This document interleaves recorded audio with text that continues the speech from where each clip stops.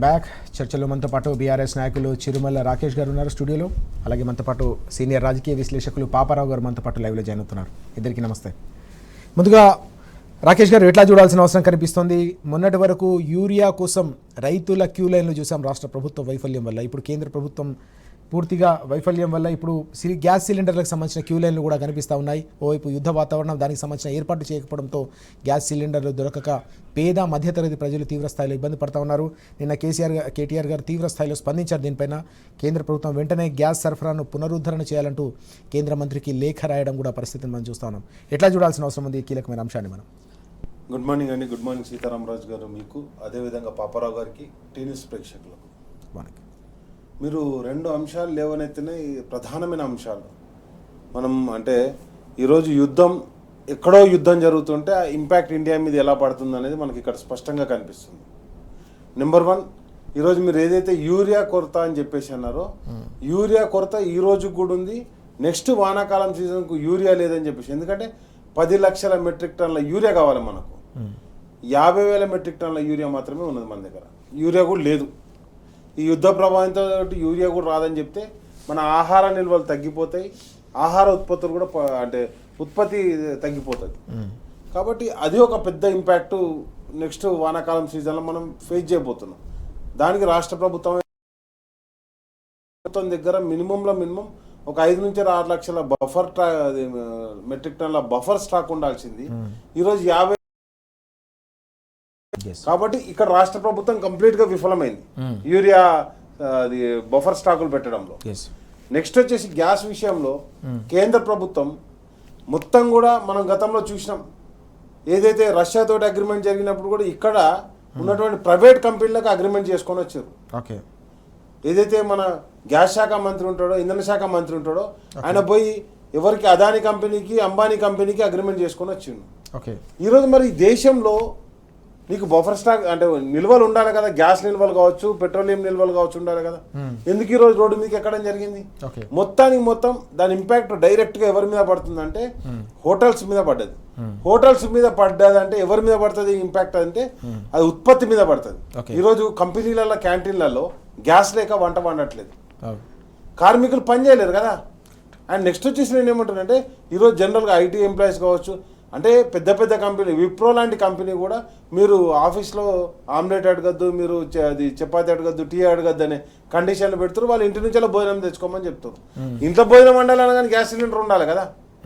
కాబట్టి కేంద్రం చెప్పేదానికి 12 ఏళ్ళు అవుతుందండి బీజేపీ పార్టీ అధికారంలోకి వచ్చి. 12 ఏళ్ల నుంచి కనీసం గ్యాస్ నిల్వలను ఒక 6 నెలల సంవత్సరానికి గ్యాస్ నిల్వలు నిల్వ చేసుకునేటువంటి కెపాసిటీ లేదు. అదేవిధంగా ఇంధన నిల్వలు లేవు. ఏమన్నా అంటే వికసిత్ భారత్ అంటారు. ఏం భారత అంటే మనం చూసినాం ఏఐ టెక్నాలజీ సమ్మిట్లో చైనా మాల్లు తీసుకొచ్చి, చైనా బొమ్మలు తీసుకొచ్చి, రోబోలు తీసుకొచ్చి ప్రదర్శించినటువంటి పరిస్థితి. ఇక దీనికి ఏమన్నా అంటే ఆ దేశం చేస్తుంది, ఈ దేశం. అరే మన దేశంలో మనం ఏం చేసుకుంటున్నాం? ఎందుకు మనం సంపూర్ణంగా లేము? ఎందుకు మనం దానికి తగ్గట్టుగా మనం ఎందుకు ప్రిపేర్ కాలేము? ఇంకా భారత్ పెరగాలి, ఇంకా మేము మతతత్వంతో కొట్లాడతామంటే మరి ఇంకెప్పుడు వస్తుంది అభివృద్ధి? కాబట్టి నేను ఏమంటే బీజేపీ 12 ఏళ్ల నుంచి మేము వస్తే వెలిగిపోతుంది, పలిగిపోతుంది అని చెప్పిన బీజేపీ పార్టీ ఈరోజు కనీసం గ్యాస్ సిలిండర్లు సప్లై చేసిన దుస్థితిలో ఉంది. ఎన్ని రోజులు అవుతుంది అంటే వారు స్టార్ట్ అయ్యి తిప్పి కొడితే 13 రోజులు అవుతుంది. 2 వారాలు కూడా దాటాలి. 2 వారాల స్టాక్ లేనటువంటి దేశం ఇది భారతదేశం. 140 కోట్ల మంది ఉండే భారతదేశంలో 2 వారాలకు స్టాక్ ఉండదా అండి? కనీసం ఒక సంవత్సరం స్టాక్ ఉండాలి. ఇప్పుడు వీటి పరిస్థితి ఎట్లుంటే రేపు పొద్దుగాల బియ్యం పరిస్థితి ఏంది, ఉప్పులు పప్పుల పరిస్థితి ఏందో అర్థం కావట్లేదు. కాబట్టి దేశంలో 69 ఫుడ్ సేఫ్టీ యాక్ట్ ప్రకారం మినిమం 3 సంవత్సరాలకు సంబంధించినటువంటి బఫర్ స్టాక్ ఉండాలి. ఈ దేశంలో ఎంతమంది ప్రజలు ఉన్నారో వాళ్ళందరికి సంబంధించినటువంటి బఫర్ స్టాకులు పెట్టాలి. అవి ఉన్నాయా లేవో తెలియదు. మొన్ననే మొత్తం అమ్ముకున్నారు. ఇప్పుడు అసలు పరిస్థితి ఏందో అర్థమైతే లేదు. రాష్ట్ర ప్రభుత్వం కూడా మన సివిల్ సప్లైలో దొంగతనంగా మొత్తం అమ్ముకుని అదో పెద్ద స్కామ్ చేసి పెట్టిర్రు. దాని గురించి మన మాజీ మంత్రి గంగుల కమలాకర్ గారు ప్రెస్ మీట్ పెట్టిర్రు. ఏమంటారండి ఎన్ని జరుగుతున్నాయి ఇంతవరకు అసలు ఏం చేస్తున్నారు, ఏం జరుగుతుంది తెలియనటువంటి పరిస్థితిలో పెద్ద సుదర్శన్ రెడ్డి గారు కూడా పెట్టారు. ఆయన సివిల్ సప్లై కార్పొరేషన్ చైర్మన్ చేసారు. కాబట్టి మొత్తం కూడా ఈ దేశంలో, ఈ రాష్ట్రంలో పరిపాలన ఎటుపోతుందో అర్థమైతే లేదు. 2 వారాల బఫర్ స్టాకులు పెట్టినటువంటి బీజేపీ పార్టీ ఇంకా మేము దేశాన్ని ఉద్ధరిస్తామని చెప్పుకుంటుంటుంది.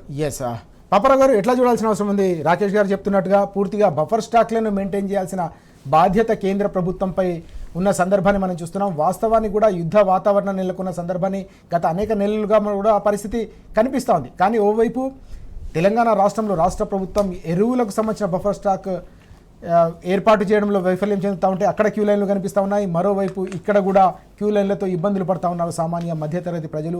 వంటగది ఈరోజు బోసిపోతున్న సందర్భం ఎట్లా చూడాలి దీన్ని? ఎరువుల బఫర్ లేకపోవటం వీళ్ళు వచ్చిన తర్వాత ఇప్పుడు జరగటం కాదు. ఇప్పుడు మొదటి నుంచి కూడా ఒక నిర్లక్ష్యం ఉంది. పోయిన సీజన్లో పంట సీజన్లో మనం చూసాం రైతులు ఎంత ఇబ్బంది పడ్డారో, ఎంత గగ్గోలు పడ్డారో, ఎంత ఇబ్బంది అయిందో. ఆ రోజు చాలా పెద్ద ఎత్తున చర్చ జరిగింది. కేసీఆర్ గారు ఉండగా ఎలా ముందుగానే అన్ సీజన్లో అయినప్పుడు దేశం అంతా యూరియా అవసరం ఉండదు. అట్లాంటి టైంలో మన రాష్ట్ర ప్రభుత్వ ప్రతినిధులని ఢిల్లీ పంపి అక్కడ నిల్వ అడగదు, ఎందుకంటే సీజన్ కాదు అది. అట్లా దాన్ని అంతా మొత్తం ఆ రోజు తెచ్చుకున్న స్థితి రాష్ట్ర ప్రభుత్వం కేసీఆర్ గారు ఉండగా ఢిల్లీ పంపి ప్రతినిధులని ఆ మొత్తం కొనుక్కొచ్చుకొని ఇక్కడ స్టాక్ పెట్టుకున్న స్థితి. అలాగే ఎప్పుడైతే ఈ సీజన్ బిగిన్ అవుతుంటుందో యూరియా దిగుమతులు జరుగుతుండగా యూరియా లోడ్ తీసుకొస్తున్న షిప్ వస్తుందని తెలిస్తే ముందుగానే దానికోసం దాన్ని తెచ్చుకోవడం కోసం మన కోటా మనకు ఉంటుంది కదా, పేపర్లు తీసుకెళ్లి షిప్ యార్డ్ కూడా వెళ్ళిన సందర్భాలు చాలా సార్లు రాష్ట్ర ప్రభుత్వ అధికారులు వాళ్ళు షిప్ యార్డ్కి వెళ్ళి దిగగానే అక్కడి నుంచి రాష్ట్రానికి వేరే ఎవరైనా డైవర్ట్ అవుతామని అట్లా ఆ రోజు ప్రతిదీ నాకు తెలిసి అయితే కరెక్ట్ లెక్క అంటే 2 లక్షల టన్నులు ఏదో దాకా కూడా రాష్ట్ర గోడౌన్లలో ఆ రోజు నిల్వ ఉండేది, ఎప్పుడు ఉండేది. అది ఆ నిల్వ అలా ఉండగా మళ్ళీ సీజన్ లో వచ్చినంత తెచ్చుకొని అప్పుడప్పుడు వాడుతుండేవాళ్ళు. నిల్వ ఎప్పుడు కంప్లీట్ ఉండేది.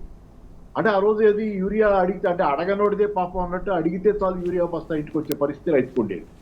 ఈ రోజు యూరియా కోసం ఒక యాప్ పెట్టారు. యాప్ అంటే అది ఒక దగా. రైతులంతా ఒక చోట జమ అయి క్యూలు కట్టి గొడవలు అవుతున్నాయి, ఫోటోలు వస్తున్నాయి పేపర్లో. తెలంగాణలో ఎంత సంక్షోభం ఉంది, గ్రామీణ ప్రాంతాల్లో ఏం జరుగుతుంది మిగతా అందరికీ తెలిసిపోతుందని చెప్పి అది తెలియకుండా యాప్లను పెట్టి ఇళ్లలో కూర్చోండి, ఇక్కడికి వస్తే ఏం ఉపయోగం లేదు, యాప్లోనే అంటే ఎవరికి వాడు విడైపోవాలి. పోరాడే ప్రజలు విడగొట్టే ప్రయత్నం తప్పితే వాళ్ళు ఏకం కాకుండా చేసే ప్రయత్నం తప్పితే సమస్య పరిష్కారం చేసే ఆలోచన లేదు. ఈ రోజు కూడా 50,000 టన్నులు దక్కేది ఇక్కడ ఉంది కదా, 50,000 టన్నులకు మించి నిల్వలు లేవు. మళ్ళీ అంటే ఇప్పుడు ఇంత జరిగింది కదా, పోయిన సీజన్ లో ఇంత జరిగింది. ఈ మధ్య తర్వాత అప్పటి నుంచి ఇప్పటిదాకా కొద్ది నెలల కాలం ఉంది కదా, దీనిలో ఏమైనా జాగ్రత్తలు తీసుకున్నారా, ఏమైనా మారారా? పొరపాటు చేసాం, పాత గవర్నమెంట్ బాగా చేసింది, అదేం చేసింది ఒక అధ్యయనం చేసుకున్నారా? మీరు షార్ట్గానే చేసుకోండి, బయట జనాన్ని చెప్పక్కర్లా. ఏమి లేదు, మళ్ళీ ఇప్పుడు సేమ్ మళ్ళీ అదే పరిస్థితి. చేసిన తప్పే చేస్తారు. అదేదో ఉంది కదా, అయ్యవారు ఏం చేస్తున్నారంటే తప్పులు చేస్తున్నారు, దిద్దుకుంటున్నారు, ఎట్లాంటిది ఏదో అంటే వీళ్ళు ఎప్పుడు తప్పులేదు, దిద్దుకోవటం కూడా లేదు. అంటే ఈ రకమైనటువంటి పరిస్థితి. రెండోది ఇక్కడ ఎల్పిజి పరిస్థితి. సరే, అది ప్రధానమంత్రి కానీ మిగతా వాళ్ళు కానీ చెప్పేది ఏంటంటే కేంద్రంలోని వాళ్ళు కొరతలు లేవు, కొనగా వెంటనే మనకి బ్యాకప్ వస్తుంది అని చెబుతున్నారు. కానీ గ్రౌండ్ లెవెల్లో సిచ్యువేషన్ అలా లేదు. గ్రౌండ్ లెవెల్లో సిచ్యువేషన్ అలా లేదంటే దానికి అర్థం ఏంటంటే కేంద్రంలోని వాళ్ళు చెప్తున్నంత పూర్తిగా నిజమైతే కొరతలు లేకుండా గ్రౌండ్ లెవెల్లో మాత్రం కొరతలు ప్రజలు ఇబ్బంది కనపడుతుంటే కనుక దానికి కారణం బ్లాక్ మార్కెట్. ఇది ప్రధానంగా గమనించాలి. ఆ గ్యాప్ ఉంటే. రెండోది, ఈ సిటీలో హైదరాబాద్ సిటీలో 11,000 హాస్టల్స్ ఉన్నాయి, బాయ్స్ హాస్టల్స్, గర్ల్స్ హాస్టల్స్. అంటే ఉద్యోగస్తులు కానీ ఈ కాంపిటేటివ్ ఎగ్జామ్స్ కి ప్రిపేర్ అయ్యే పిల్లలు ఏదైనా కానీ రకరకాల వర్గాల వాళ్ళు పనిచేసుకునేవి 11,000 హాస్టల్స్ సిటీలో ఉన్నాయి హైదరాబాద్ లో. వాటిలో 10 లక్షల మంది ఉన్నారు. చిన్న జనాభా కాదు 10 లక్షలు అంటే, పెద్ద జనాభా. అమీర్పేట టు దిల్సుఖ్ నగర్ ఇక్కడి నుంచి మొత్తం అన్ని ఏరియాలో, అశోక్ నగర్ ఏరియా, వీటన్నిటికీ మూతపడే పరిస్థితి. రోజు నిన్న కూడా నేను ఒక డిబేట్ లో పార్టిసిపేట్ చేశాను. హాస్టల్స్ అసోసియేషన్ లీడర్ ఆయన కూడా వచ్చారు. ఆయన పేరు ఏదో ఉంది, కరుణాకర్ రెడ్డి ఏదో ఉంది పేరు. ఆయన కూడా వచ్చాడు. చాలా ఇబ్బంది పడుతున్నారు. చాలా రకాల వంటకాలు ఆపేశారు. ఏది పూరీలు లాంటి, చపాతీలు లాంటి ఎక్కువ గ్యాస్ కన్జ్యూమ్ చేసే వాటిని ఆపేశారు. బిర్యానీ లాంటివి తగ్గించి తక్కువ కన్సంప్షన్ తో. అయినా వాళ్ళు ఎంత ఇబ్బంది పడుతున్నారు. గ్యాస్ సిలిండర్ బండ 1800 ఏదో ఉంది కమర్షియల్ సిలిండర్, 2,000 లోపు. అది 3,000కి అమ్మారు మొన్నటి దాకా. ఇప్పుడు 4,000, 5,000 కూడా అమ్ముతున్నారని చెబుతున్నారు. అంటే ఇది బ్లాక్ మార్కెట్, పూర్తిగా బ్లాక్ మార్కెట్ నడుస్తుంది. దానిలో ఏమంటుంది కేంద్ర ప్రభుత్వం? నేను ఒక న్యూస్ టీవీ ఛానల్లో గమనించింది. కేంద్రంలో వాళ్ళు చెబుతుంది ఏంటంటే రాష్ట్ర ప్రభుత్వాలదే బాధ్యత బ్లాక్ మార్కెట్ నరికి. అది ఓకే, రాష్ట్ర ప్రభుత్వాలదే గ్రౌండ్ లెవెల్లో వాళ్ళు ఉంటారు కాబట్టి. కానీ రాష్ట్ర ప్రభుత్వాలకు సహకరించే బాధ్యత కేంద్రానికి అయితే ఉంది. దీన్ని మించి కేంద్రంలోనే ఉన్న ప్రభుత్వం కానీ దేశంలో అన్ని రాజకీయ పక్షాలకి కార్యకర్తలు ఉంటారు.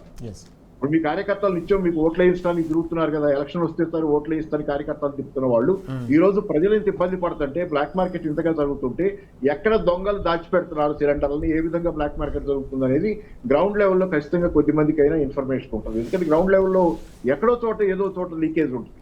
మరి అట్లాంటప్పుడు మీ కార్యకర్తల్ని కూడా రంగంలోకి దింపాలి. ఇది ఒక ఎమర్జెన్సీ ఈ రోజు.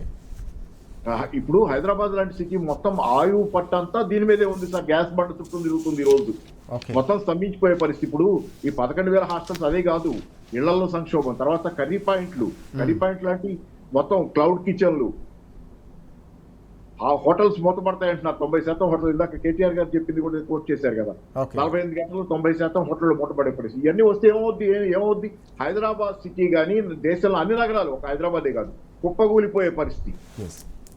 ఎకానమీస్ అని కుప్పగూలిపోయి ఏం చేయాలో తెలియక కక్కావికలైపోయే పరిస్థితి వస్తుంది. చిన్న విషయం కాదు, ఇది ఒక గ్యాస్ బండ్ చుట్టూ జరుగుతుంది. కాబట్టి ఏంటంటే దీన్ని తక్షణం పరిష్కారం చేయడానికి ఒక ఎమర్జెన్సీ దీని కింద ఎస్మా పెట్టారు, ఏది ఆయిల్ కంపెనీలకు వీటికి వాటికి సంబంధించి. కానీ గ్రౌండ్ లెవెల్లో వ్యాపారస్తుల్ని, ఒకప్పుడు ఎప్పుడో నెహ్రూ అన్నాడు, నిన్న కూడా కోట్ చేశారు, నెహ్రూ ఎప్పుడో చెప్పాడు, బ్లాక్ మార్కెటీర్లని ఎవడైతే బ్లాక్ మార్కెట్ చేస్తాడో దేశంలో వాడిని నియరెస్ట్ ల్యాంప్ పోస్ట్ కి హ్యాంగ్ చేయాలన్నాడు. చట్టాలు ఒప్పుకోదని, అది వేరే విషయం, కానీ అంత కోపంగా చెప్పాడు ఆయన. బ్లాక్ మార్కెట్ చేసే దొంగల్ని దగ్గరలో ఉన్న కరెంటు స్తంభానికి వేలాడదీసి ఉరిదీయాలి వాళ్ళని అన్నాడు. అట్లా చేయక్కర్లేదు, కనీసం వాళ్ళు భయపెట్టడానికి ఓ 3-4 స్థానిక ఎక్కడికక్కడ బ్లాక్ మార్కెటీర్లని జైలుకి పంపండి, దెబ్బకి అన్ని సెట్ అవుతాయి.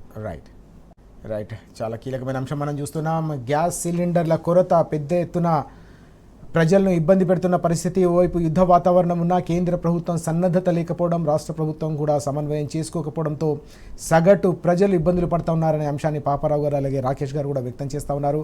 ఓవైపు ఎరువుల కొరతతో రైతులు అవస్థలు పడుతూ ఉంటే, మరోవైపు గ్యాస్ సిలిండర్ల కొరతతో పేద మధ్యతరగతి ప్రజలంతా కూడా అల్లాడుతూ ఉన్నారు. వంటగది మరోసారి బోసిపోతున్న పరిస్థితి, లాక్డౌన్ లాంటి పరిస్థితి మరోసారి కనిపిస్తోందనే ఆవేదన, ఆందోళన కూడా కనిపిస్తోంది. 80% పైగా హోటళ్లు మూతపడే పెను ప్రమాదం పొంచి ఉందని కేటీఆర్ గారు కూడా స్పష్టం చేశారు. కేంద్ర ప్రభుత్వాన్ని అలర్ట్ చేశారు. ఇప్పటికైనా గ్యాస్ సిలిండర్లకు సంబంధించిన సరఫరాను పునరుద్ధరించాలని కేటీఆర్ గారు కూడా డిమాండ్ చేసిన నేపథ్యం, కేంద్ర ప్రభుత్వం పైన రాష్ట్ర ప్రజల పక్షాన తీవ్రస్థాయిలో బీఆర్ఎస్ పార్టీ పక్షాన ఒత్తిడి పెంచుతున్న సందర్భాన్ని కూడా మనం చూస్తూ ఉన్నాం. ఈ సమస్యకు సాధ్యమైనంత త్వరగా పరిష్కారం కనుగొనాలని కూడా డిమాండ్ చేస్తున్న సందర్భం మనకు కనిపిస్తూ ఉంది.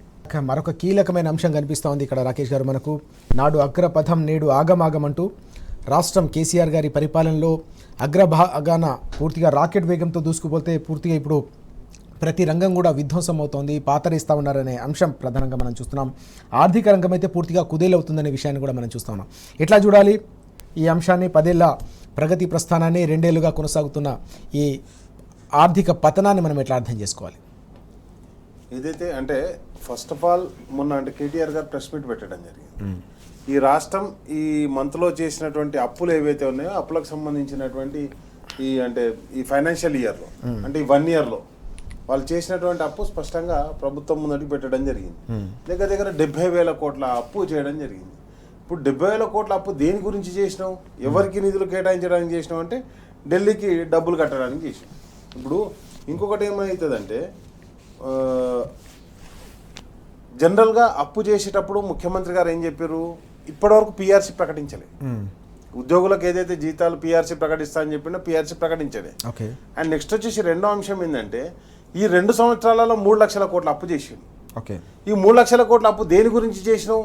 నువ్వు జరిగినటువంటి ఒక నిర్మాణమో, జరిగినటువంటి ఒక అభివృద్ధి సంక్షేమ పథకమో, లేకపోతే ఏదైతే పెన్షన్ ఇస్తున్నది 2,000 నుంచి 4,000 చేస్తానో నీ గ్యారంటీలలో, కళ్యాణ లక్ష్మి, షాదీ ముబారక్, తులం బంగారం ఇస్తానో చేసినావా?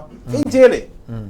ఏ పథకం అమలు చేయకుండా ఒక్క సంక్షేమ పథకాన్ని కూడా కొత్త తీసుకురాకుండా ఉన్న సంక్షేమ పథకాలని మొత్తం తీసేయడం జరిగింది. దానికి మీకు ఉదాహరణ ఏంటంటే కేసీఆర్ కిట్. అండ్ నెక్స్ట్ వచ్చేసి అమ్మాయి పుడితే 13,000, అబ్బాయి పుడితే 12,000 రూపాయలు కేసీఆర్ గారు అందించేవారు. అదే విధంగా న్యూట్రిషన్ ఫుడ్ కిట్ అని చెప్పేసి ప్రెగ్నెంట్ అయిన ప్రతి మహిళకు కూడా ఒక న్యూట్రిషన్ ఫుడ్ కిట్ అందించేవారు. అది బంద్ అయిపోయింది. అండ్ నెక్స్ట్ వచ్చేసి మొత్తం సంక్షేమ పథకాలు, ఎడ్యుకేషన్ మంత్రి కూడా ఆయననే ఉన్నాడు. సంక్షేమ పథకాలు బంద్ అయినాయి. ఇవి పోగా హోంశాఖ మంత్రిగా కూడా ఆయనే ఉన్నాడు ముఖ్యమంత్రి. హోంశాఖ మంత్రి పరిస్థితి ఏంటంటే బండ్లలో డీజిల్కు పైసలు లేవు. ఎవ్వరు క్లయింట్ ఎత్తాలని బండ్ల డీజిల్ పోనీకి పైసలు అడుగుతారు, లేదా పెట్రోల్ బంకులో పైసలు కట్టమంటారు. చిన్న చిన్న కేసులకు వచ్చినా కానీ వాళ్ళని పైసలు కట్టమంటారు. బండ్లు మురాయిస్తున్నాయి. అవి కేసీఆర్ వచ్చినప్పుడు కొన్నాయి, 12 ఏళ్ళు అవుతున్నాయి. ఇంతవరకు కొత్త ఒక జీప్ కొనలే, ఒక సైకిల్ మోటార్ కొనలే. ఓకే. గవే పాత వాటితో నడిపిస్తారు. కాబట్టి ఈరోజు ఆయన ఏ శాఖను చేపట్టిన మున్సిపల్ శాఖ మంత్రి ఉంటే మొన్న ఏమంటాడు ఆయన డైరెక్ట్గా చెత్తోళ్ళు చెత్త తీయాలి, ఆటోలు చెత్త ఎత్తుకపోవాలి. ఈయన మున్సిపల్ శాఖ మంత్రి, ఈయన డిపార్ట్మెంట్ పనిచేస్తేనే ఈయన ప్రకటిస్తాడు. ఓకే. అట్లనే ఈరోజు రాష్ట్ర ఆర్థిక పరిస్థితి కూడా మొత్తం కుంటుపడ్డది. నేనేమంటున్నా అంటే ఈయన ఉద్యోగుల సంఘం మీటింగ్లో ఒకటే అన్నారు, నన్ను ఏం చేస్తారు, ఈ రాష్ట్రానికి వస్తున్న ఆదాయం 18,500 కోట్లే, 18,500 కోట్లు అవుతున్న ఖర్చు 22,000 కోట్లు అవుతున్నాయని చెప్పిండు. దానికి దీనికి ఒక 3,500 కోట్లు పరకున్నది. 3,500 కోట్లు ఇంటూ నువ్వు 12 నెలలు వేసుకున్న సంవత్సరానికి 42,000 కోట్లు అప్పు కావాలి. నీకు ఇప్పటికీ 80,000 కోట్లు 70,000 కోట్లు అప్పు ఎందుకైంది? 3 లక్షల కోట్ల అప్పు దేనికి చేసినావు? ఇప్పుడు నువ్వు బడ్జెట్ పుస్తకాల మనం ఇప్పుడు నేను అంటున్నా సార్, నీకు 1 కోటి రూపాయలు ఇచ్చినా అంటున్నా. 1 కోటి రూపాయలు ఇచ్చినట్టు నా దగ్గర నా అకౌంట్లకి నీ అకౌంట్లోకి రావాలి కదా, లేకపోతే నాకు 1 కోటి రూపాయలు ఎట్లా వచ్చినా ఒక లెక్క ఉండాలి కదా. ఇప్పుడు వీళ్ళు చెప్పేటి అన్నీ ఎట్లున్నాయంటే మేము అవి చేసినాం ఇవి చేసినాం. ఏవి చేసినావు నువ్వు? ఇప్పుడు 20,000 కోట్ల రూపాయలు రైతు రుణం మాఫీ చేసిన అంటున్నావు. 20,000 కోట్ల రూపాయలు గాలికెంచి పడ్డా నీ ప్రభుత్వ అకౌంట్కి పోవాలి కదా. లాస్ట్ బడ్జెట్ పుస్తకాలలో నువ్వు సంక్షేమానికి కేటాయించిన 20,000 కోట్లు, 26,000 కోట్లు.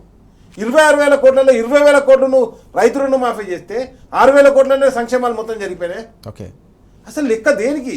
ఒక లెక్క లేదు, పత్రం లేదు. సరే 6,000 కోట్లు అంటున్నావు, మరి ఇంద్రమ్మ ఇండ్లు మేము ఇప్పటికి 3 లక్షలు కంప్లీట్ చేసినామంటున్నావు. 3 లక్షలు ఇంటూ 5 లక్షలు సార్. ఓకే. 3 5 15 దగ్గర నువ్వు ఒక 150 అంటే 15 కోట్లు అయితే 15,000 కోట్లు అయితే నువ్వు కేటాయించాలి కదా. 15,000 కోట్లు ఎవరికి ఇచ్చినావు? ఓకే. అంటే నేనేమో నోటి లెక్క చెప్పుకుందాం, మనం పెద్దగా లెక్క అవసరం లేదు. ఓకే. 15,000 కోట్లు ఏడబెట్టినావు, 20,000 కోట్లు ఏడబెట్టినావు, నీకు కాడ ఉన్నటువంటి సంక్షేమ పథకానికి ఏంది? నువ్వు ఇన్లైన్ అంటున్నావు, ఏడికించేది. కాబట్టి ఇవన్నీ జూటా మాటలు. ఓకే. ఏం చేస్తారు? రాజీవ్ యువ వికాసం అని చెప్పేసి ప్రతి ఒక్కరికి 5 లక్షలు ఇస్తామని చెప్పేసి ఆర్భాటంగా ప్రకటన చేసారు, దానికి ఇనాగ్రేషన్ చేశారు, అన్నీ చేశారు. ఇప్పటివరకు ఒక్కరికని ఇచ్చినావా? ఒకరి పేరు చెప్పురి. రైట్. కాబట్టి ఏది కానీ ప్రకటన చేయాలి, వదిలిపెట్టాలి, ప్రకటన చేయాలి, వదిలిపెట్టాలి. ఓకే. పద్ధతి ప్రకారం మీకు ఒకటే మాట చెప్తున్నా, ఈరోజు రాష్ట్ర ఆర్థిక పరిస్థితి ఏ విధంగా దిగజారిందంటే యూరియా దొరకకపోతే రైతులకు పంట పండియలేరు. రైట్. ఈరోజు గ్యాస్ సిలిండర్ లేకపోతే హోటల్ నడవని పరిస్థితి. కేటీఆర్ స్పష్టంగా చెప్పిండు, ఇంకో 2 రోజుల తర్వాత అంతేందుకు సార్ అంటే మొత్తం హోటల్ అన్ని బంద్ అవుతాయని చెప్పింది కేటీఆర్ గారు. కేటీఆర్ గారు చెప్పిన దాంట్లో ఇంకొక మానవీయ కోణం ఉన్నది. అందరూ అనుకుంటారు హోటల్ బంద్ అయితే ఎట్లా అని చెప్పేసి మనం తిండి ఎట్లా అని ఆలోచిస్తున్నాం. కానీ కేటీఆర్ గారు చెప్పిన దాంట్లో ఇంకొకటి ఆలోచించాల్సింది ఏంటంటే, ఇప్పుడు ఒక్కొక్క హోటల్ నిన్న ఒకటికి ఏది జూబ్లీ చెక్ పోస్ట్ దగ్గర ఒక నానిస్ అనే హోటల్కి పోయినాం. పోయేసరికి ఓనర్ ఏం చెప్తుండే, ఆయన దగ్గర ఒక 2 హోటల్లో 3 హోటల్లో ఉన్నాయని ఒక్కొక్క హోటల్లో 250 మంది పనిచేస్తారు. ఒక 500 మంది ఎంప్లాయీస్ ఉన్నారు నాకు. రోజు 500 మంది ఎంప్లాయీస్కి నేను తిండి పెట్టాలి, నాకు గ్యాస్ లేదు. వాళ్ళు మళ్ళీ పోతే రారు, ఒడిశా నుంచో ఛత్తీస్గఢ్ ఏడు నుంచో వచ్చారు. అసలు ఇప్పుడు ప్రధానమైనటువంటి సమస్య ఏంటంటే హోటల్ నడుస్తలే ఉన్నటువంటి కార్మికులకు తిండి ఎట్లా పెట్టాలి, సిలిండర్ లేదు. కాబట్టి దీని గురించి రాష్ట్ర ప్రభుత్వం కానీ కేంద్ర ప్రభుత్వం కానీ పట్టించుకోవట్లేదు. రైట్. ఇంతవరకు ప్రధానమంత్రి పార్లమెంట్కి వచ్చి సమాధానం చెప్పలే. ఇదొక దిక్కు నడుస్తుంటే ఇక రాష్ట్రానికి వచ్చేసరికి 500 రూపాయలు బోనస్ వేస్తామన్నారు. ఇంతవరకు ఎంతమంది రైతులకు వేసినా డిక్లేర్ చేయాలి కదా. నువ్వు ఏది కానీ నేను ఇచ్చినా అంటాను. ఇంకోటి మొన్న ఏమంటాడు సీఎం డైరెక్ట్గా, నేను ఇచ్చినా రైతు బంధు ఇచ్చినా బోనస్ ఇచ్చినా పడ్డదో పడలేదో నాకు తెలియదు. మరి నీకేం తెలుసు? రైట్. నీకు బోనస్ పడ్డదా తెలియదు, అసలు రైతుకు 500 రూపాయలు బోనస్ ఇచ్చినా ఆరోగ్యశ్రీ ఇస్తానో ఇస్తలేవో తెలియదు. ఒక ఎంప్లాయీ సార్ మా పెద్దపల్లి డిస్టిక్ ఒక టీచర్, ఆయన గొంతు క్యాన్సర్ వచ్చింది, నాకు ఏదైతే హెల్త్ స్కీమ్ మన గవర్నమెంట్ హెల్త్ స్కీమ్ ఉంటుందో దాన్ని నాకు ఇప్పేయండి సార్ అని చెప్పేసి ఆయన బాధపడుతుంది. రైట్. అంటే నేనేమంటే నీ హెల్త్ స్కీమ్ ఎంప్లాయీస్కే పనిచేస్తలేదు.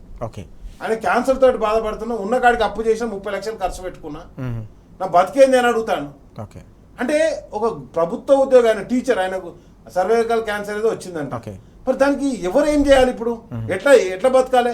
మీకు ఇంకో మాట చెప్తున్నా, వాళ్ళ ఏదైతే వాళ్ళ పత్రిక ఉంటుంది ఒకటి, వాళ్ళ బాకా పత్రిక. ఈరోజు బాకా పత్రికలు చూడు, ఇగో ఇక్కడ 3 చచ్చిపోయారు బోర్ పడక. అరే బోరు లేక బోర్లో పడేది అండి వ్యవసాయం. నేను ఆంధ్రజ్యోతి పత్రికలు వేసారు, మన నమస్తే తెలంగాణ ఇంకో పత్రికలో కాదు, ఆంధ్రజ్యోతిలో వేసారు. ప్రధాన మన మెయిన్ పత్రికలే ఇక్కడ వేసారు. 3 చచ్చిపోయారు నాగర్ కర్నూలు జిల్లాలో. నేనేమంటే నీ మహబూబ్ నగర్ జిల్లా పాత ఉమ్మడి మహబూబ్నగర్ జిల్లాలో ఒక ముగ్గురు చచ్చిపోయారు. ఎందుకు చనిపోయారు? నీ మోటార్లకు ఏదైతే కల్వకుర్తి, నెట్టంపాడు, తుమ్మిళ్ళ అవన్నీ ఉన్నాయి, వాటి అన్నిటికీ కరెంటు బంద్ అయింది. మోటార్ నడుస్తలేదు, నీళ్ళు ఎత్తుకు పోస్తలేరు, చెర్లలో నీళ్ళు లేవు, బోర్ పడతలేదు, చచ్చిపోయారు. మరి దీనికి ఎవడేం చేయాలి? ఆ కరెంటు కూడా ఇచ్చే సోయలేదా నీకు రాష్ట్రానికి? రైట్.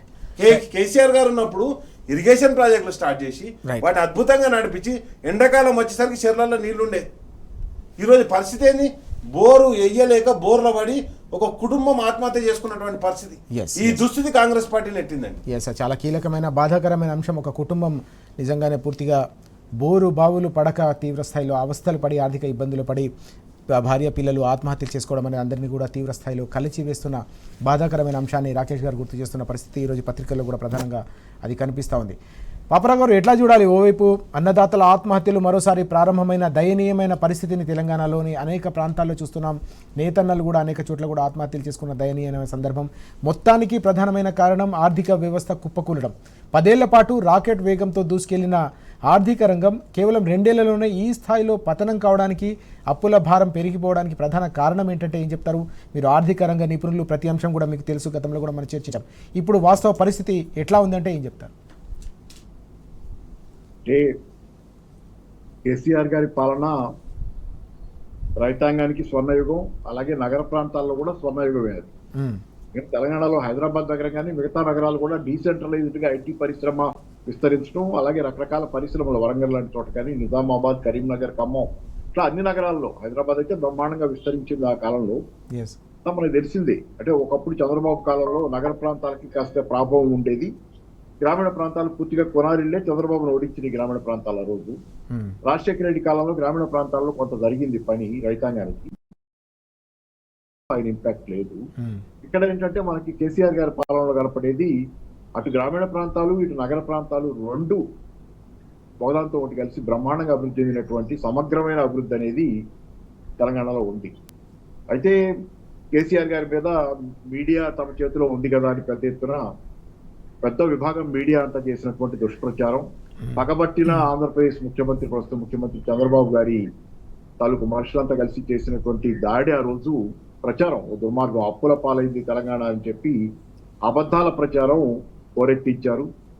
దాంతో పాటుగా రకరకాలు కేసీఆర్ కి అహంకారం అని, కేసీఆర్ ఎవరిని కలవడని, పచ్చి అబద్ధాలని మీడియా ఉంది కదా అని చెప్పి జనంలోకి చొప్పించే యత్నం చేసి నేరోగా చౌదత్తి కన్నునట్లు పోయినట్టు 1.8% రాగలిగారు అన్ని అబద్ధాలు చెప్పిన. అది కూడా గ్రామీణ ప్రాంతాల్లో రైతాంగం కొంత ఆశపడ్డారు. ఏంటంటే వీళ్ళు వస్తే, మేము అధికారంలోకి వస్తే కేసీఆర్ 10,000 ఇస్తున్నటువంటి రైతు బంధు మేము 15,000 రైతు భరోసాగా ఇస్తామని, అలాగే తులం బంగారం ఇస్తాం, కళ్యాణ లక్ష్మి, షాదీ ముబారక్ అని దానికి, అలాగే ఇంకా ఇతరత్ర అన్ని వాగ్దానాలు, ఒకటి కాదు కదా ప్రతిదీ. ఏది మన కౌలుదారులకు కూడా రైతు బంధు ఇస్తామని, రైతు భరోసా ఇస్తామని, అలాగే ఇంకా ఇట్లా ఒకటి కాదు, ప్రతి వర్గానికి అరచేతిలో మొత్తం ఆకాశంలో దింపి మీకు చేతిలో పెట్టేస్తాం, స్వర్గం వస్తుంది భూమి మీద చెప్పారు. చేస్తే ఈ రోజు వచ్చిన దుఃఖం వస్తుంది జనానికి. వాస్తవ పరిస్థితులు పూర్తిగా భిన్నంగా పచ్చి అబద్ధాలతో అధికారంలోకి వచ్చినటువంటి ప్రభుత్వం. మీరు చూడండి, ఆ రోజు అప్పుల పాలైన తెలంగాణ అని చెప్పి ఫస్ట్ అసెంబ్లీ సమావేశంలోనే ఒక వైట్ పేపర్ అని చెప్పి దొంగ పేపర్ ఒకటి సబ్మిట్ చేసి ఆ రోజు ప్రచారం చేసే ప్రయత్నం చేస్తే అది అసెంబ్లీ పార్లమెంట్ సాక్షిగా తుత్తునేలైంది. ఏది బీజేపీ ఎంపీ రఘునందన్ రావు అడిగిన ప్రశ్నకి జవాబుగానే వచ్చిన జవాబు ఏంటంటే 2,90,000 కోట్ల రూపాయలు తెలంగాణ వచ్చిన తర్వాత తెలంగాణ ప్రభుత్వం చేసిన అప్పు కేవలం 2,80,000 లేకపోతే 90,000 కోట్లు అనేది ఆ రోజు పార్లమెంట్ సాక్షిగా ఈ మధ్య కాలంలోనే కొద్ది నెలల క్రితం మనకు వచ్చిన డేటా. ఈయన అధికారంలోకి వచ్చిన తర్వాత రేవంత్ రెడ్డి చేసినంత అప్పెంత ఇప్పటికే ఇందా చిరుమల రాజేష్ చెప్పారు 70,000 కోట్లు ఇప్పుడు దాకా ఈ సంవత్సరం. అంతకుముందు ఇంకా 2 లక్షల కోట్లు దాటిపోయి అప్పు చేశారు 2.5 సంవత్సరాలు కూడా అవ్వక ముందే. ఏది ఏంటంటే దేశంలో థర్డ్ పొజిషన్ ఉన్నాం సార్. అదే తెలుసు, దేశంలో అప్పులు తేవటంలో థర్డ్ పొజిషన్ లో ఉన్నారు.